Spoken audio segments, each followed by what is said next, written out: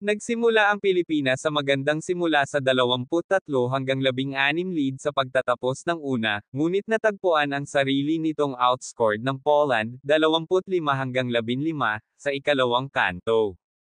Si Michal Sokolowski, ang katatapos na itinanghal na Italian Cup MVP, ay may 21 puntos habang 3 of -4 mula sa 3. Ang kanyang 3-pointer sa unang bahagi ng huling quarter ay nagbunsod ng tugon ng Poland matapos na makapasok ang Gilas sa loob ng 58-56, sa pagtatapos ng ikatlo. Lumaki ang kalamangan ng Poland sa 14, na ikinagalit ni Gilas coach Tim Cohn sa oras ng pag-timeout ng koponan habang pinunit niya ang koponan para sa walang kabuluhang laro.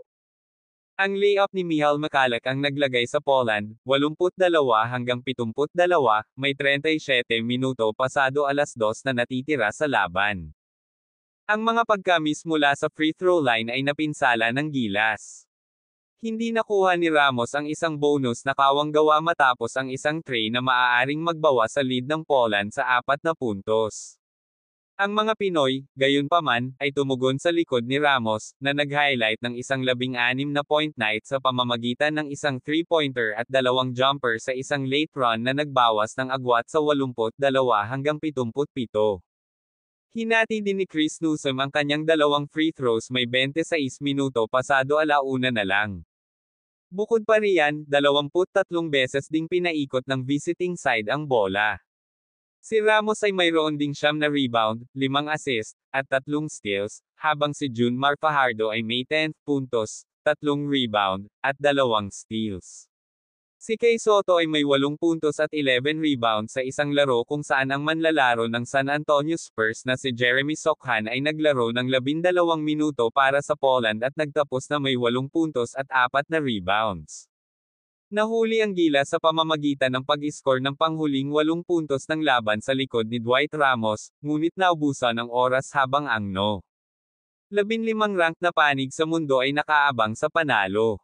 Sinira ng pagkatalo ang 30-point effort ni Justin Brownlee nang magkasunod na pagkatalo ang Gilas. Natalo ito sa Turkey, 84-73, sa Istanbul noong Huwebes. Pupunta ngayon ang Pilipinas sa Riga, Latvia para sa OQT kung saan isang pwesto lamang sa Paris Olympics ang nakataya. Makakaharap ng Gilas ang host Latvia sa July 3, 7 p.m. July 4, 12 midnight Philippine Time, at Georgia sa July 4, 3:30 p.m. Ika-4 ng Hulyo, 8:30 p.m. oras ng Pilipinas. Ang pagbabalik ng Gilas Pilipinas sa mga huling minuto ng laban ay kulang nang makatakas ang Poland sa 82-80, panalo sa isang tune-up game sa Arena Sosnowiec noong Linggo, oras sa Maynila.